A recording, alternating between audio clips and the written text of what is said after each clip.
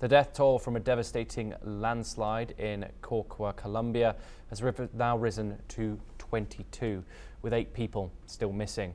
The landslide, triggered by intense rainfall, occurred late last night, burying homes in a rural town of Rosas.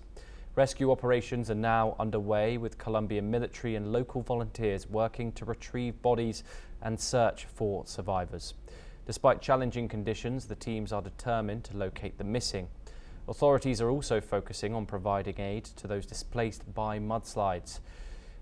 President Ivan Duque expressed his condolences, offering full government support for disaster relief efforts, including temporary shelters and medical supplies.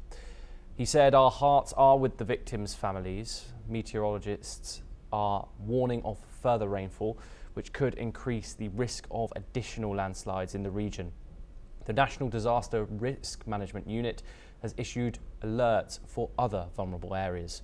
This tragedy highlights the ongoing threat of landslides in Colombia's mountainous regions, especially during the rainy season. Efforts are now focused on mitigating further risks while continuing the search for survivors.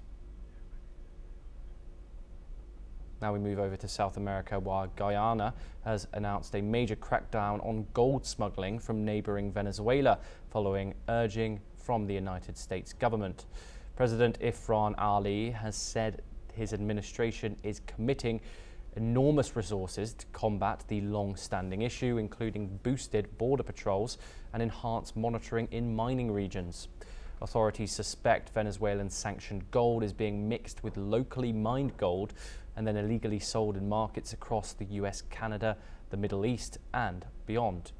The US Embassy in Guyana has already suspended visas for several miners suspected of involvement.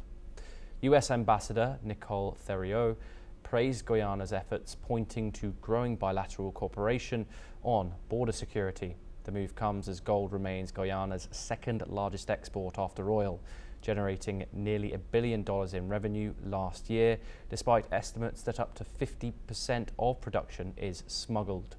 Tensions also continue to simmer between Guyana and Venezuela over the disputed Essequibo region, a resource-rich area that makes up 2/3 of Guyanese territory.